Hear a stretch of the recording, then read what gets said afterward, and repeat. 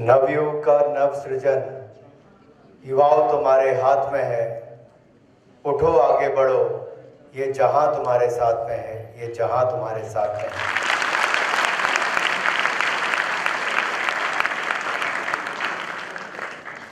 सम्मानित मंच, उपस्थित सभी गणमान्य व्यक्ति, नेहरू युवा केंद्र संगठन और नेशनल सर्विस स्कीम के मेरे सभी युवा साथियों, मैं सबसे पहले तो आप सबका आज इस कार्यक्रम में आकर कार्यक्रम में ऊर्जा भरने का और एक युवा शक्ति को दिखाने का यहाँ आने पर बहुत बहुत स्वागत और अभिनंदन करता हूँ।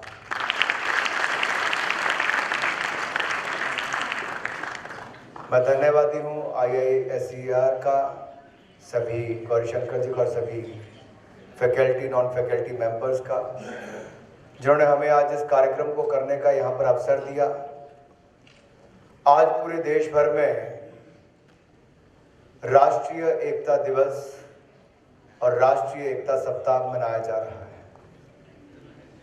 सरदार पटेल जी की 147वीं जयंती हम सब युवाओं को इस बात की ओर प्रेरित करती है कि वो महान विभूति जिसने भारत में जन्म लिया, आज़ादी के आंदोलन में भाग लिया, न केवल भारत को आज़ादी दिलाई, आज़ादी के बाद 550 से ज़्यादा रियासतों को भारत में विलय करके एकजुट करके एक मजबूत भारत की नींव किसी ने रखी तो सरदार पटेल ने रखी थी।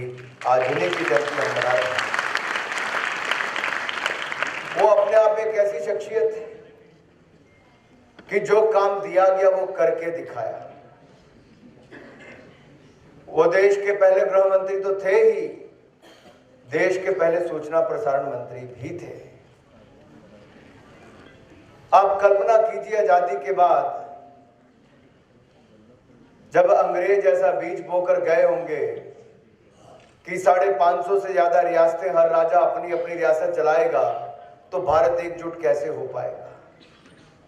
आज एक परिवार के 5 लोगों को इकट्ठा करना मुश्किल होता है, तो 550 से ज्यादा रियासतों को बहुत कम समय में एक सूत्र में बांध देना, एक सूत्र में पिरो देना और भारत की और आधुनिक भारत की नींव रखना, चाहे वो कृषि के माध्यम से हो, इंडस्ट्रियलाइजेशन के माध्यम से हो या फिर इन 553 रियासतों के विलय करने से हो, ये किसी ने करके दिखाया था तो सरदार वल्लभ भाई पटेल ने करके दिखाया था।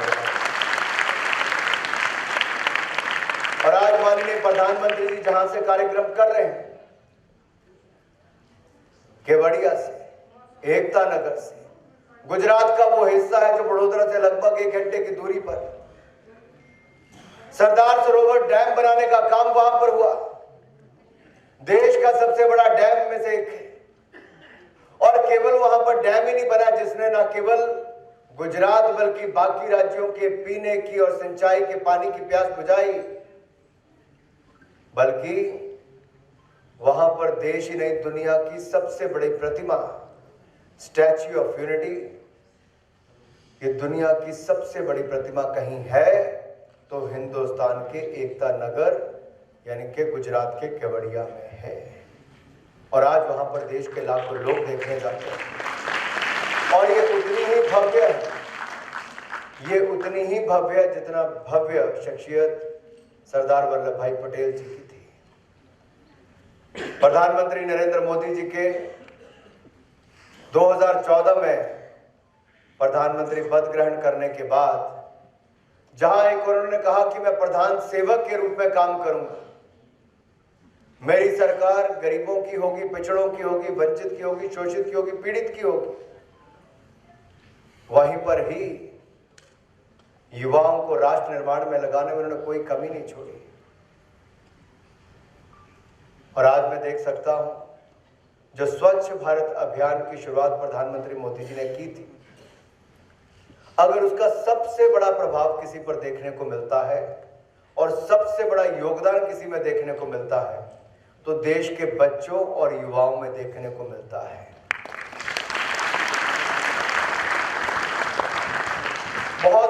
बदलाव है। छोटे छोटे बच्चे माता पिता को रोकते हैं कि सड़क पे कुछ मत फेंको।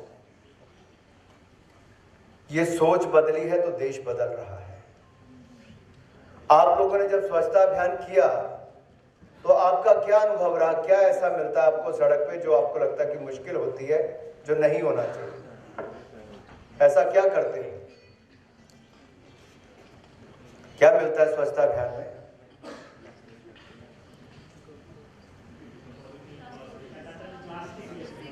ज्यादातर प्लास्टिक मिलती है। किस तरह की प्लास्टिक मिलती है?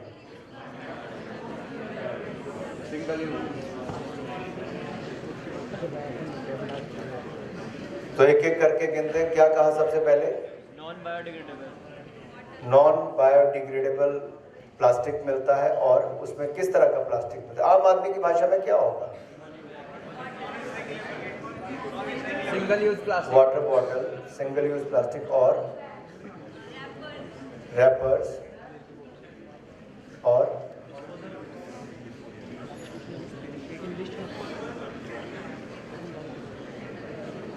जिसने जमीन पे काम किया होगा उसको 2 मिनट में सब पता चल जाएगा।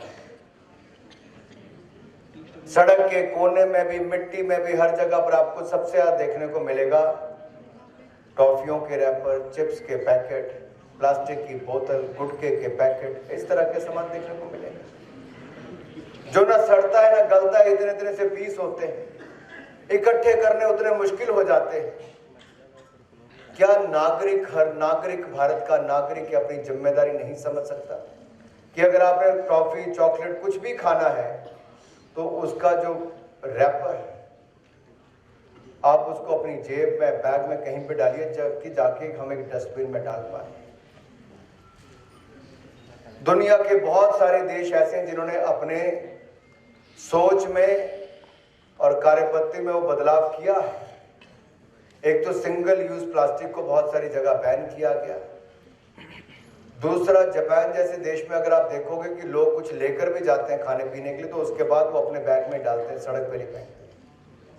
आदत बन गई है, कल्चर सोसाइटी का। और जब ये हम आदत अपने आप डाल लेंगे तो उससे बहुत बड़ा बदलाव होगा। हम कई बार कहते हैं हमारे करने से क्या होगा, 140 करोड़ की आबादी है। अगर आप कल्पना कीजिए 140 करोड़ में से आप सब ये ठीक करना शुरू कर देंगे तो हर साल इस तरह के स्वच्छता अभियान की आवश्यकता नहीं पड़ेगी। ये केवल आपसे स्वच्छता करने के लिए नहीं कहा जाता, ये आपसे उम्मीद की जाती है कि आप भी बदलेंगे और बाकियों को बदलने के लिए मजबूर करेंगे।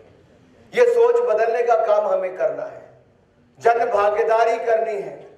With the people's participation there should be a people movement. जन भागीदारी से जन आंदोलन बनाने की ओर चल रहा है और ये तभी होगा जब युवा इसमें लीड लेकर करेंगे। आपके अपने कॉलेज का कैंपस हो, अपना घर हो, आपकी अपनी गली हो, आपकी अपनी सोसाइटी हो, आपका अपना गांव हो, अगर हम उसको स्वच्छता के तौर पर एक कंपीट करेंगे, हम दूसरे से ज्यादा साफ सुथरा रखेंगे, ज्यादा से ज्यादा और लोगों को, युवाओं को, क्लब्स को और अलग अलग सोशल बॉडीज को इन्वॉल्व करेंगे तो एक बड़ी ताकत के रूप में हम उभर सकते हैं। अकेला करने से कुछ नहीं होता है।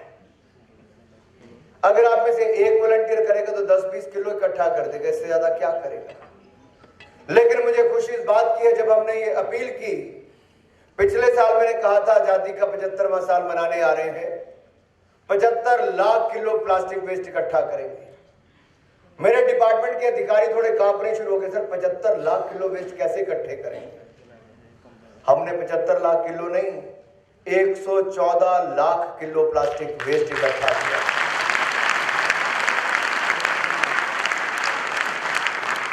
और ये कागजी कार्रवाई नहीं हुई थी। हर जिले के डिप्टी कमिश्नर या वहां के म्युनिसिपल कॉर्पोरेशन के कमिश्नर, उन सबके पास हमने इसका खाता दिया। इस साल मैंने कहा था कि जो प्रधानमंत्री नरेंद्र मोदी जी कहते हैं कि हमें अमृत काल के लिए क्या करना है, यानी कि आजादी के 75वें वर्ष से अगले 25 वर्ष की यात्रा क्या होगी। आजादी के 100 वर्ष जब हम मना रहे होंगे तो हम क्या संकल्प लेके चलें कि हमारा देश कहां पर होगा। तो मैंने इस साल कहा था कि हम 100 लाख किलो प्लास्टिक वेस्ट इकट्ठा करने का लक्ष्य लेंगे। आपको क्या लगता है हमने कितना प्लास्टिक वेस्ट इकट्ठा कर लिया है?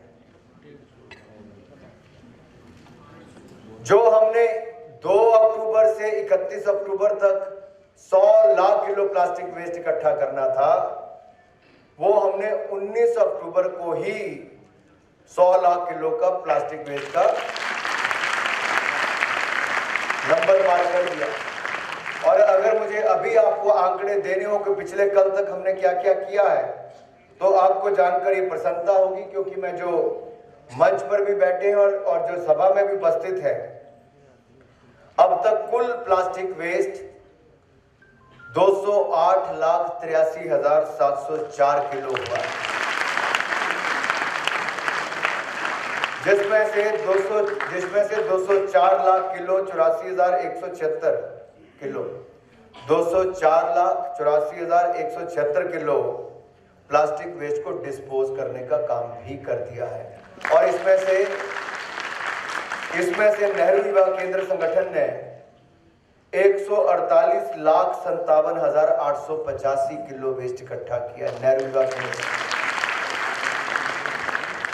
और एनएसएस ने 56,26,291 किलो प्लास्टिक वेस्ट इकट्ठा किया। एनएसएस वालों की तालियां, क्लैपिंग तो बड़ी अलग सी होती है।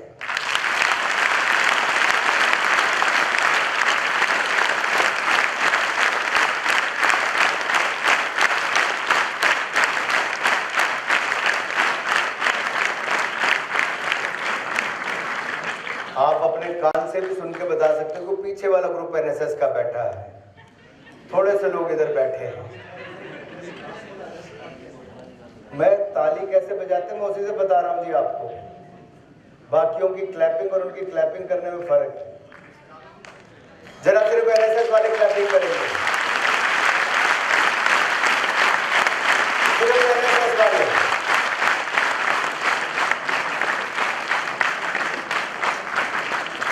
है ना फर्क आपसे,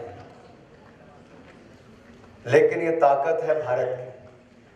जब कोविड-19 पैंडेमिक भी था, देश के लोग अपने घरों के अंदर बंद थे, हमारे NYKS और NSS के वॉलंटियर्स ने राशन भी बांटा, मास्क भी बनाए, मास्क भी बांटे, सैनिटाइजर भी बांटा और लोगों को अस्पताल तक पहुंचाने का कोविड के समय जो कोविन ऐप थी और आरोग्य सेतु ऐप, उसकी जानकारी भी जन जन तक पहुंचाने का काम किसी ने किया, तो NYKS और NSS के वॉलंटियर्स ने किया था। इसके लिए मैं आपका बहुत बहुत आभारी। ये जो स्वच्छता अभियान है, ये 1 महीने तक चला। इस 1 महीने तक चले स्वच्छता अभियान में 1,67,764 गांव हमने कवर किए हैं। 34,578 एजुकेशनल इंस्टीट्यूट हमारे NSS ने सफाई अभियान चलाया। 2,19,558 एक्टिविटीज की गई। 6,058 ब्लॉक्स कवर किए गए। 24,620 वाटर बॉडीज को साफ किया गया और 25,855 मॉन्यूमेंट्स की सफाई की और 28,007 पब्लिक प्लेसेस को भी साफ करने का काम किया। और इसमें 71 लाख पार्टिसिपेंट्स ने भाग लिया है, जिसके लिए मैं आप सबका बहुत बहुत आभार प्रकट करता हूं और धन्यवाद करता हूं। तो आप देख सकते हैं कि आपकी ताकत क्या है। 1 महीने से कम समय में आपने 208 लाख किलो प्लास्टिक वेस्ट इकट्ठा किया, 208 लाख। और यही अगर आप अपने सोशल मीडिया पे डालते हैं, फेसबुक, ट्विटर, इंस्टाग्राम और व्हाट्सएप ग्रुप्स पे, तो ना केवल आपने जो किया वो जन जन की जानकारी मिलेगी, बल्कि और लोग गंदगी फैलाने से परहेज करेंगे।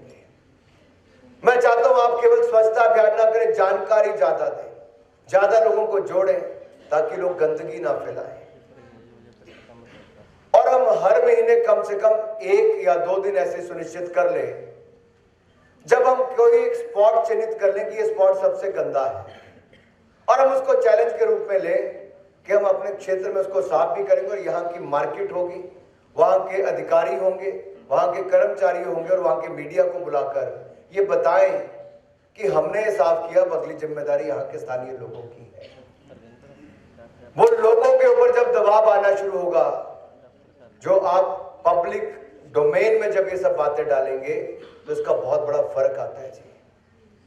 मुझे याद है फिट इंडिया कैंपेन हमने शुरू किया। प्रधानमंत्री मोदी जी कहते हैं फिटनेस का डोज आधा घंटा रोज। ये आधा घंटा हमें अपने लिए निकालना है। हम फिट भी रहेंगे मेंटली फिजिकली, तभी जाकर देश के लिए अपना योगदान कर पाएंगे। Fit India mobile app, fit India mobile app, आप इसको भी डाउनलोड करिए।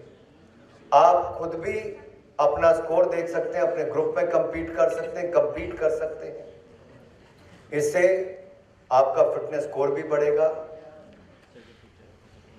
और दूसरा, खेलो इंडिया अभियान में हम कोई ना कोई खेल खेलने के लिए भी प्रयासरत रहें, उसका भी लाभ मिलेगा।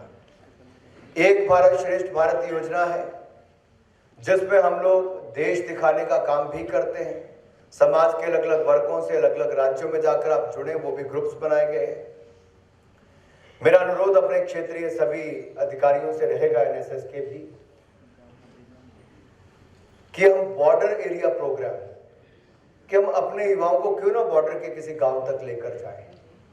भारत का बॉर्डर क्या है, कैसे लोग वहां पर रहते हैं, क्या उनकी चुनौतियां हैं, कैसे हमारे सेना के जवान हमारी रक्षा सुरक्षा करते हैं, ये जानकारी भी जब आपको मिलेगी तो ना केवल आप देश को देख पाएंगे, देश के प्रति आपकी सोच और नजरिया बहुत बदलता है। मैं अपने संसदीय क्षेत्र में हमीरपुर लोकसभा से, जहां मैं चौथी बार लोकसभा का सांसद हूं, मैं अपने यहां पर सांसद भारत दर्शन योजना चलाता हूं जो मेरिटोरियस स्टूडेंट्स हैं। For example, every year I will pick about 100 to 200 students who are among the top in class 10th and 12th, and we take them to various parts of the country to get more education awareness, rather than just thinking about to become a professor, teacher, engineer, doctor or a army.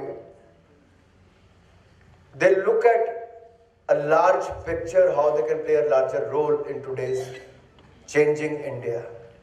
If we look at India, in the last 6 years, what we have achieved as a young nation, we stood nowhere before 2014 as far as the startups were concerned.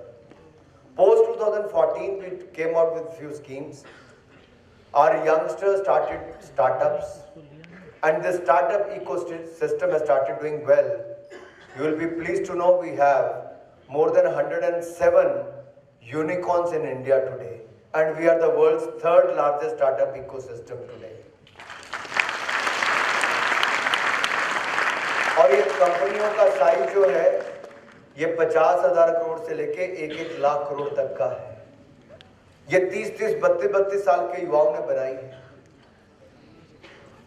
Covid के time पे जहां दुनिया के सामने चुनौती थी, भारत की 50 से ज्यादा कंपनी स्टार्टअप से यूनिकॉर्न का दर्जा प्राप्त की, और इन स्टार्टअप्स ने एस्टैब्लिश कंपनीज को भी टेक ओवर करने का काम किया। ये सब बातें आज मैं आप सबके सामने इसलिए रख रहा हूं कि कई बार क्या होता है, हम एक नेगेटिव एटमॉस्फेयर में जीना शुरू कर देते हैं, फिर नेगेटिव सोच बन जाती है। आप किस कंपनी में रह रहे हैं, कौन आपके आसपास है, वो बहुत मैटर करता है इस एज में स्पेशली। थोड़ी सी नकारात्मक सोच होगी तो आप वैसे ही सोचोगे, सारा दिन नेगेटिव सोचोगे। आप आज ये प्रण कर लो कि अगले 4 दिन आपने पॉजिटिव सोचना, कोई नेगेटिव बोलेगा तो उसको ना भाई बंद करो, मैंने पॉजिटिव ही सोच के आगे चले। आप अपने अंदर फील करोगे दैट आपका अपना व्यक्तित्व कैसे बदलता है, आपकी अपनी सोच कैसे बदलती है, आपकी अपनी आउटकम और आउटपुट कैसे बेहतर होती है। और इस उम्र में परेशान तो बिल्कुल भी मत हो, सब कुछ हो सकता है। हम तो सरदार भगत सिंह की भूमि पर बैठे हैं, लाला लाजपत राय की भूमि पर बैठे हैं, जिन्होंने उस समय अंग्रेजों के सामने लड़े भी और भारत को आजादी दिलाने का काम भी किया था। तो मैं आज के युवाओं से तो इतना ही कहूंगा आप सबसे कि परेशानियों से भागना बहुत आसान होता है। हर जिंदगी में एक मुश्किल इम्तिहान होता है। भागने वालों को कुछ नहीं मिलता जिंदगी में, लड़ने वालों के कदमों में ही जहां होता है।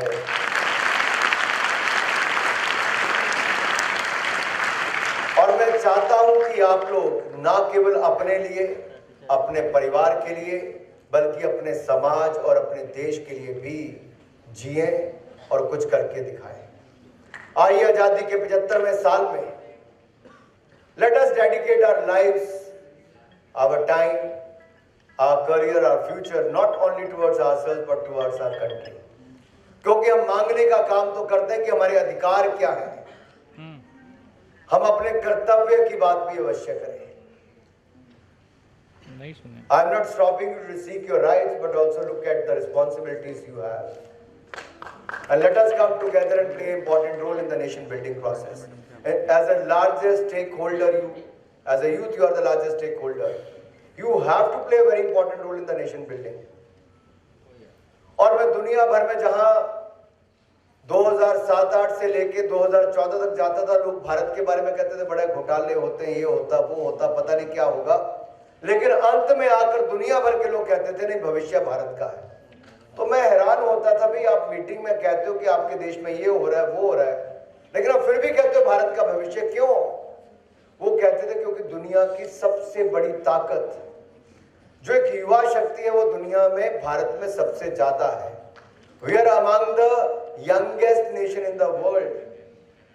With that kind of young population we have, we can turn the tides. We can change the tides. और इसका उदाहरण मैं आपके सामने एक बताया कि आपने कैसे 100 लाख किलो की बजाय 208 लाख किलो प्लास्टिक वेस्ट इकट्ठा किया. कैसे आपदा के समय आपने कोविड प्रबंधन किया. तीसरा, कैसे आपदा के समय आपने स्टार्टअप से यूनिकॉर्न बनने का दर्जा प्राप्त किया. चौथा, इस आपदा के समय भी भारत दुनिया की फास्टेस्ट ग्रोइंग इकोनॉमी बनी. और पांचवा, जिन अंग्रेजों ने हमारे ऊपर 200 साल राज किया था, हमने उन अंग्रेजों को पीछे छोड़कर दुनिया की 5वें नंबर की अर्थव्यवस्था भी हम बन गए. हम कर सकते हैं. हमें अपने आप में विश्वास होना चाहिए.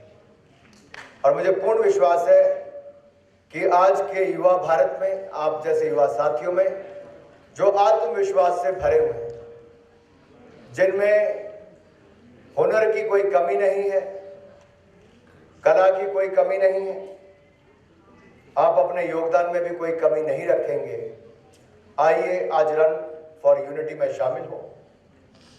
रन फॉर यूनिटी मीन्स एकता दौड़. और प्रधानमंत्री मोदी जी ने जो 5 प्राण की बात कही,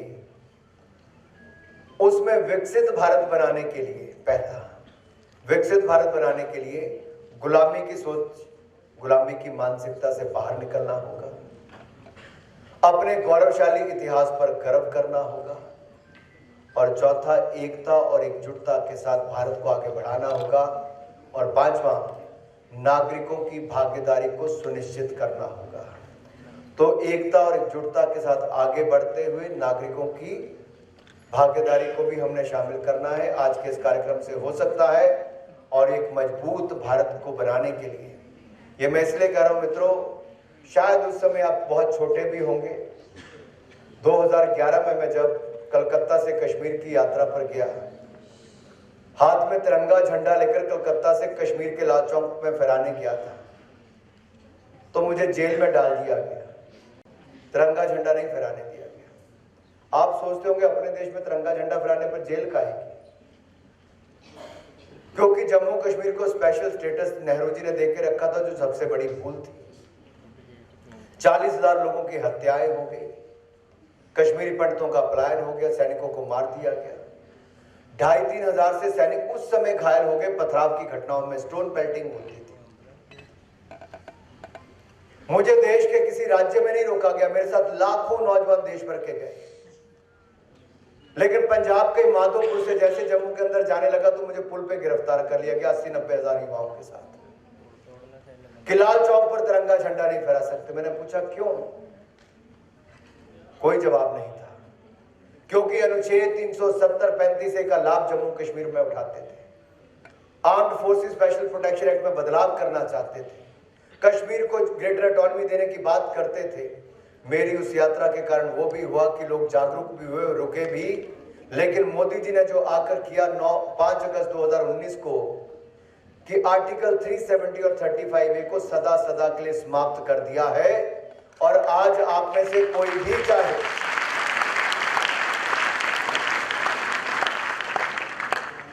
इस साल जब 13 से 15 अगस्त तक कहा गया कि हर घर तिरंगा अभियान चलाना है, तो हर घर तिरंगा अभियान ऐसा 75 साल में पहले कभी नहीं हुआ। देश के 25 करोड़ घरों पर तिरंगा झंडा इस बार आजादी के अमृत महोत्सव पर लहरा रहा था। आजादी के 15 अगस्त को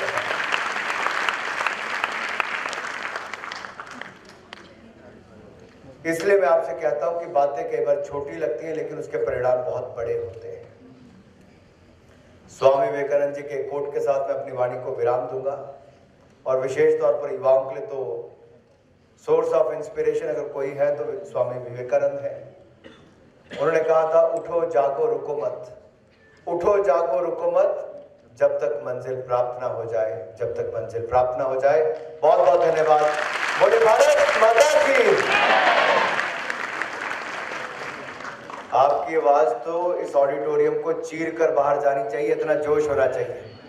भारत माता की, भारत माता की। अब आवाज जोरदार आई, लेकिन और जोर से पता कैसे आती है? जरा ये दोनों मुट्ठियां बंद करके भुजाएं ऊपर करो, ऐसे आम से ऊपर करो। भारत माता की।